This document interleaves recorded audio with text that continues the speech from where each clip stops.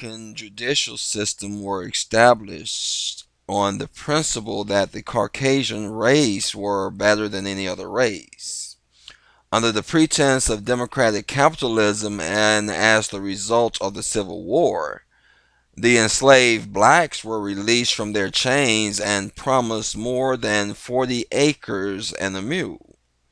These newly freed African Americans were promised the same rights and the same liberties that the Caucasian Americans enjoyed. However, a century and many decades later, the fiduciary and judiciary guarantees are still undelivered. Furthermore, these rights and liberties remain delegated to only that particular race. For too long, the African American race have been segregated into poverty. For years, our communities have been discriminated against by the Caucasian society. Our communities are now forgotten acres seated in hopelessness and despair. A large part of our race is now imprisoned by the judicial system of the very country we call our own. Yet through our deeds and by our efforts, we are indeed loyal Americans.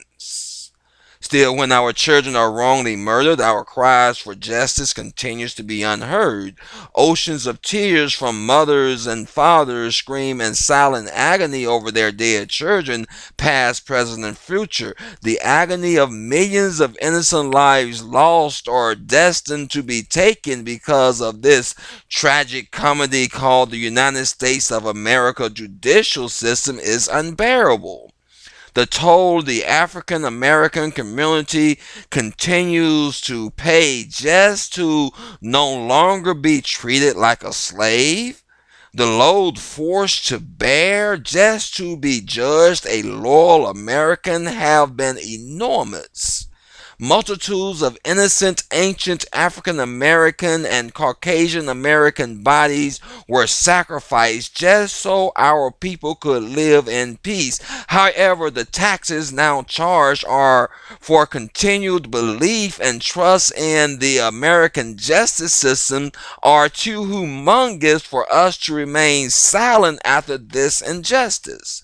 No, we cannot remain silent because the color of our children's skin is now regulated as legal grounds for a stand your ground defense. We cannot remain silent because this is a price no one should pay for continued existence inside America.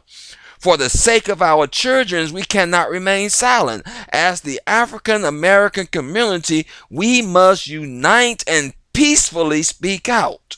We must let Caucasian America know that our children nor us are automatically a threat just because we are black.